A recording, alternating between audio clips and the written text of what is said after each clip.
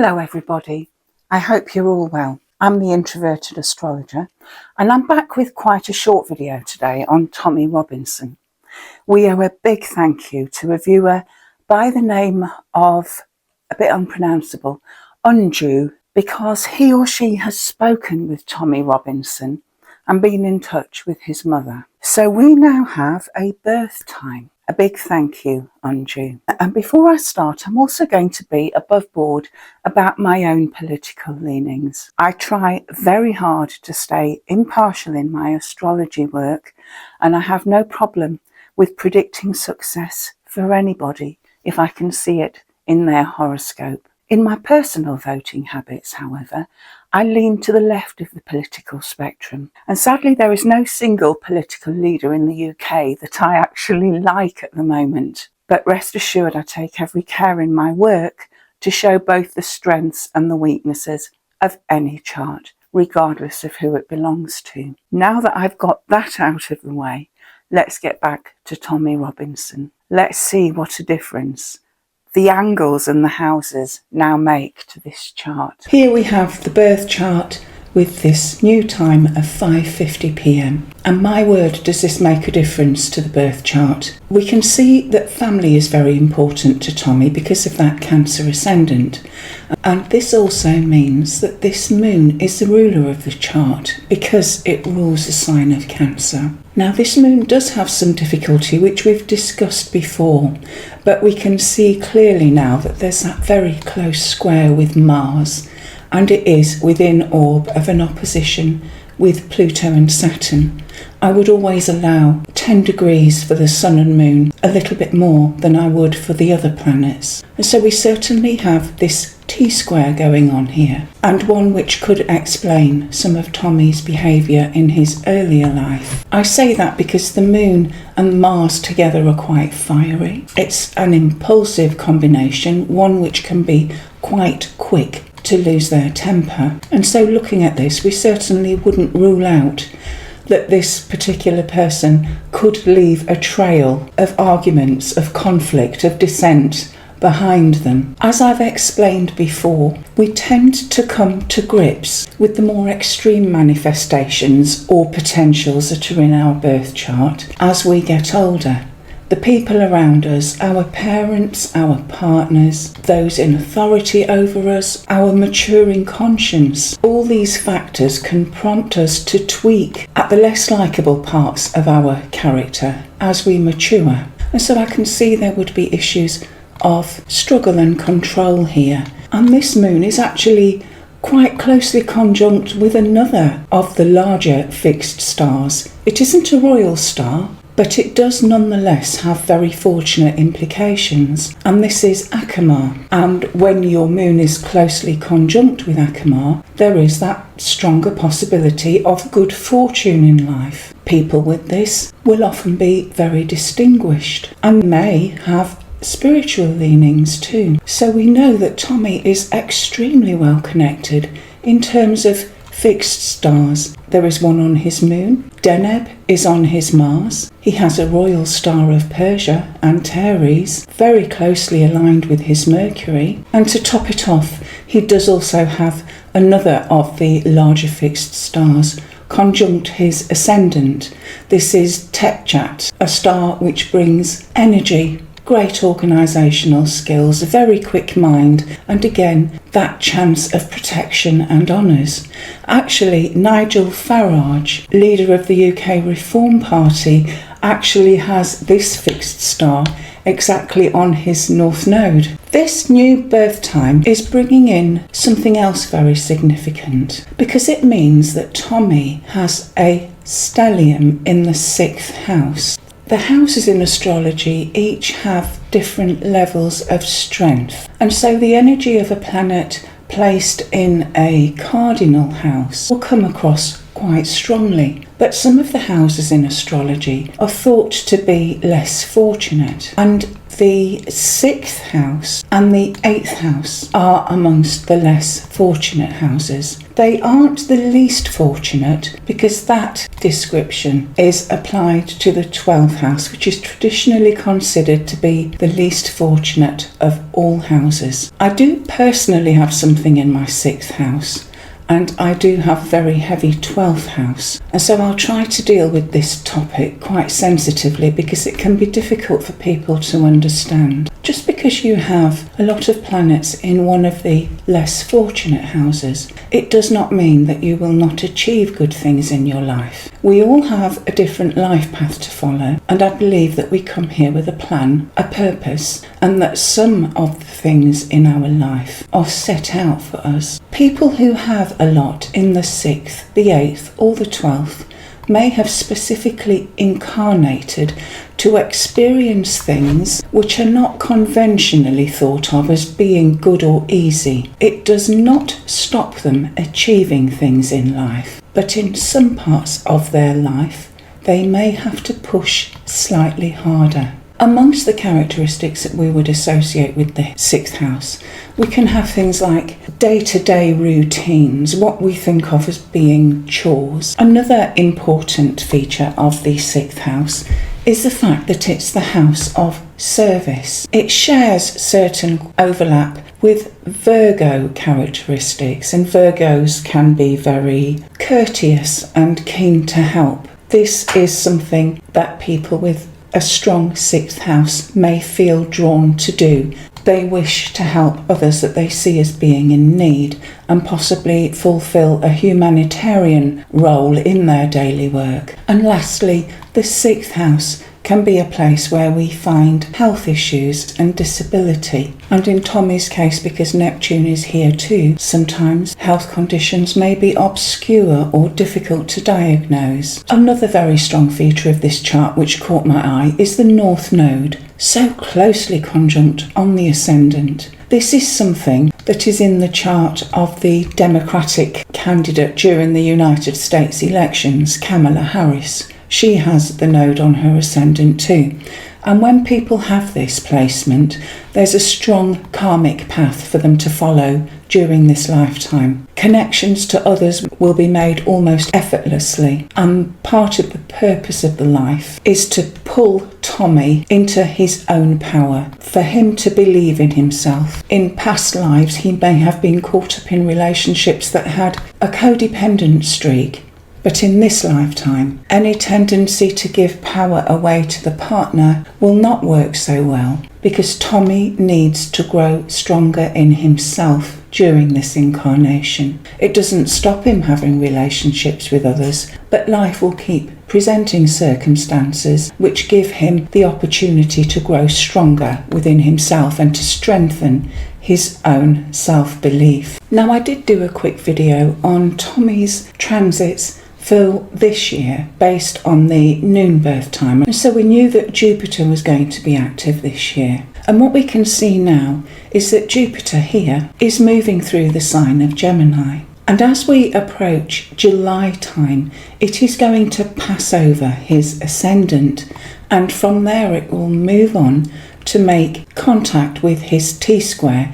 It will specifically oppose his natal Mars, and it will square his moon. I'll put a link for the video that I've already done which covered these transits in a bit more detail, but I would certainly consider it a good sign when Jupiter moves over the ascendant and bursts through into the first house. It's not that it does a huge amount of harm in the 12th house, but the first house and the ascendant are always far stronger. And the first house is a house of action, of independence, of initiating, of new things. And when Jupiter opposes his Mars, I would expect a great deal of energy, determination, standing very firm on any disagreements, and the ability to do a lot. The square with the moon is implying that something is still making Tommy feel very discontent. There could be a certain dissatisfaction with the things around him. Something within the environment or his domestic setup is not making him very happy. I can now also use his progressed moon to make some rough forecasts. Progressions are where I move one day forward in my ephemeris for every 1 year that Tommy has lived. And because the progressed moon moves roughly a degree a month, we can use the moon to make certain forecasts. Now at the moment his progressed moon is in the sign of Scorpio, and that's quite an intense and potentially an emotionally draining kind of background. His progressed moon has been here for almost 2 years already, and the Scorpio journey can include a lot of change and transformation because that's Scorpio energy, but some of this may be crises, traumas. Scorpio is a water sign, and the whole passage through the sign of Scorpio can be emotionally draining. It won't be too much longer before this progressed moon shifts into the sign of Sagittarius. That will be towards the end of this year. But right now, the moon is at around 21.5 degrees of Scorpio. And so it's not too much longer before it connects with his Jupiter. I'll put some dates up on the screen, but certainly the progressed moon conjuncting Jupiter tends to mark a few weeks where things are much better. We feel more hopeful. There's relative ease, happiness. It's an expansive, happy kind of energy. And because the moon will be connecting with Jupiter very soon, this may bode well for any court case due to be heard around April time. It's possible. By May or June, though, it will shift a little bit because the moon will begin to oppose his Chiron. And when that happens, because Chiron is something we associate with woundedness, with not feeling very well, with unhappiness. And so this is a less happy connection. Because this connection can have health issues, this can be a time when we do get bugs or viruses. We might not feel very well. We may get a very heavy cold that takes weeks to shift, etc. There can be a physical reason why we feel down in the dumps. This will pass though, because all of these progressed moon aspects describe periods of a few weeks. They're not ongoing things that will play out throughout the year. Because we now know where his midheaven is, I can see that Uranus will begin to square that midheaven. The midheaven is describing to us how society or the world sees us. It's our public role.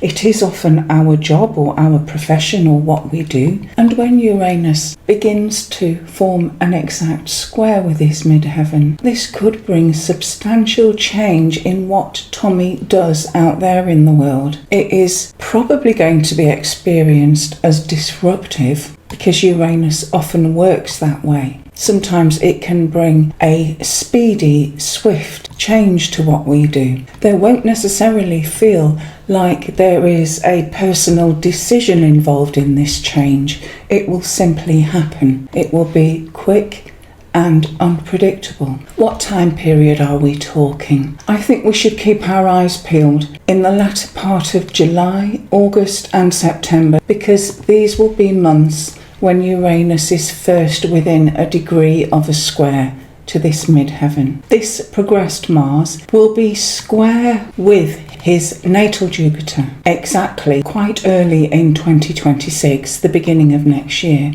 And this one is telling us that Tommy is going to be standing his ground very firmly. And this too brings in great determination, energy and strength. I also looked at the relationship between his progressed moon and his progressed sun, because that can tell us something about where we are in the major life cycle that we are in, which we call the progressed lunation cycle. Tommy will officially be in the balsamic phase of his major life cycle from around spring of 2026. The soul is reorientating itself, ready for the next major life cycle. And so this can be a period of almost 4 years when we need to lose some of the things in our life in preparation for the next life cycle. Not everything that we have in our lives during the balsamic phase will stay, because we won't necessarily need it for our next major journey.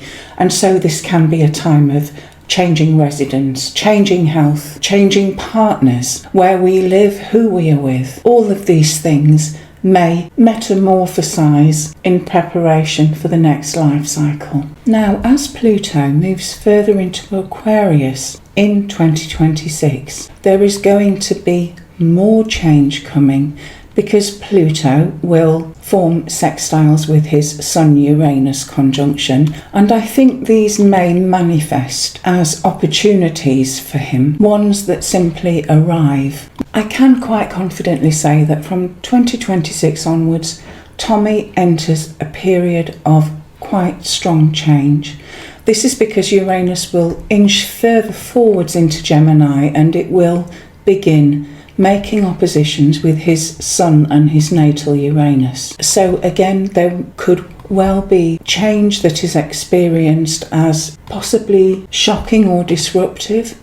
It may have an element of liberation with it too, and it will certainly speed up the tempo of life. Neptune is moving through the early degrees of Aries very soon, but as we move further and further forward and get to 2027, there will be a pretty major transit going on from Neptune to Tommy's ascendant-descendant axis. When Neptune contacts with this highly sensitive axis, we are often very confused, very disorientated. Tommy may well feel torn about whether he is doing the right thing with his life. He could well feel a little directionless or aimless. Another potential is that because Neptune is in the 6th house, there could be obscurity around emerging health problems or around our service to others. So there's going to be a certain amount of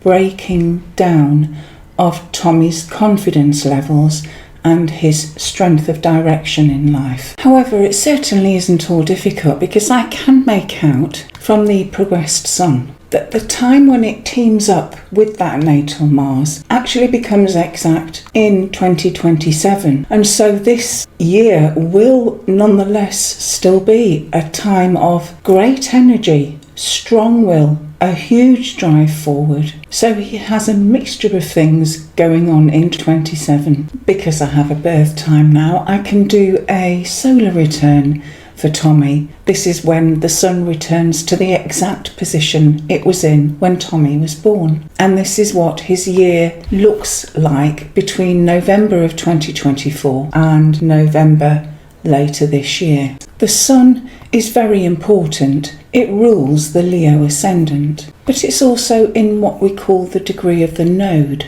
The North Node here is also at 5 odd degrees, and there's an exact trine with this Mars too. Now, Mars is the planet that represents our will, our determination, the part of us that we use to get out there and act, to do the things that we want. And the 12th house, which we've already discussed, and I've explained that it's the least fortunate house. Well, that 12th house can represent prisons, places of isolation and seclusion, of hospitals, of self-undoing. But does it mean that the whole year is going to be a write-off?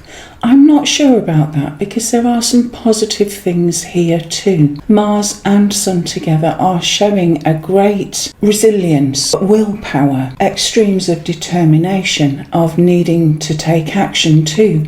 However, there is difficulty here too, because we have other exact aspects, and they include the Moon in square to Venus. Chiron too is being drawn into this. And so there is a very clear sign here of something very difficult, very sad, something we are deeply unhappy about. It could well indicate emotional wounding or oversensitivity, and perhaps unhappiness relating to domestic and relationship issues too. The whole setup is deeply sad. Libra is the sign of relationships, and so this is hinting at emotional unhappiness. There is something in this chart that's making my hackles go up, and it relates to Mercury and to Jupiter. They aren't in an exact opposition, and they are in each other's signs because Jupiter rules Sagittarius, which Mercury is in, and Jupiter is in the sign of Gemini, which is Mercury's natural home. So there is some positivity here, but the opposition between these two and the fact that they are both retrograde, Jupiter is square to Saturn, Mercury is square to Neptune, it isn't really what I would have liked to see in a year when somebody like Elon Musk has committed to helping financially with legal costs. Mercury is a planet that tells us about communication. It can also speak of things in writing and contracts or verbal commitments. Jupiter is the ruler of the law, and it's just not a very happy combination. I feel a little uneasy. Neptune, particularly in square to Mercury, can represent confusing communication, dishonest communication. It confuses and befuddles things. I do hope that this relates to something else and that Elon stays true to his word. Are there any significant interconnections with his natal chart? There are a couple, but they don't relate to the all-important midheaven, because I gather from some of your comments that you would like to see Tommy pulling in with Elon Musk and Donald Trump, and I'm not sure that I can pick up that level of change here. I can see that Tommy's natal moon, which is around 21 degrees of Aries, is going to be conjunct with this solar return Chiron. And so again we have this hinting at hurt, at difficulties, perhaps with the domestic setup. As far as I'm aware, Tommy is now sadly divorced, and so perhaps this is speaking of domestic arrangements, including with family, as represented by the moon.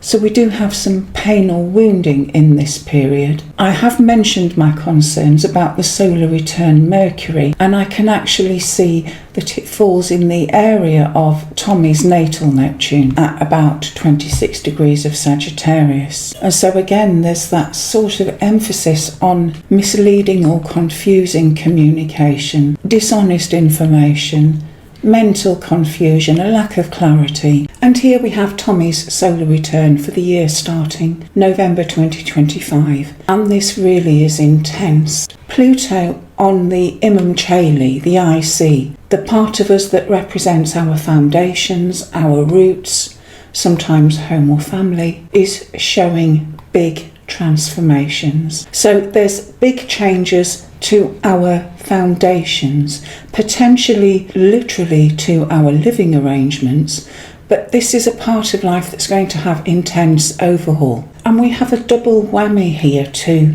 from Pluto, because Tommy's natal Pluto is at around 28 degrees of Libra, which means that it is in the area of the ascendant of this solar return.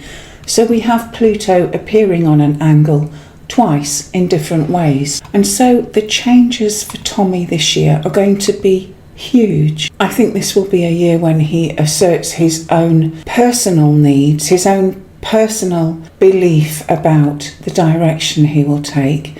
He will assert this very strongly, but sometimes when we have Pluto involved, the deep changes can make us feel uncomfortable. Thank you for watching, and thank you again, Unju. I hope Tommy gets out of jail soon and that Elon Musk is as good as his word. Now, my next video is going to delve deeper into the growing rift that is sadly taking place across the world between the United States, Europe, the Ukraine question, Russia. We're going to use a slightly different approach this time and consider some of the minor asteroids in our work too. There is amazing synchronicity between these smaller asteroids and our own personal charts, and we can also apply this to the charts of political leaders. So that will be with you shortly, and until then, you take good care,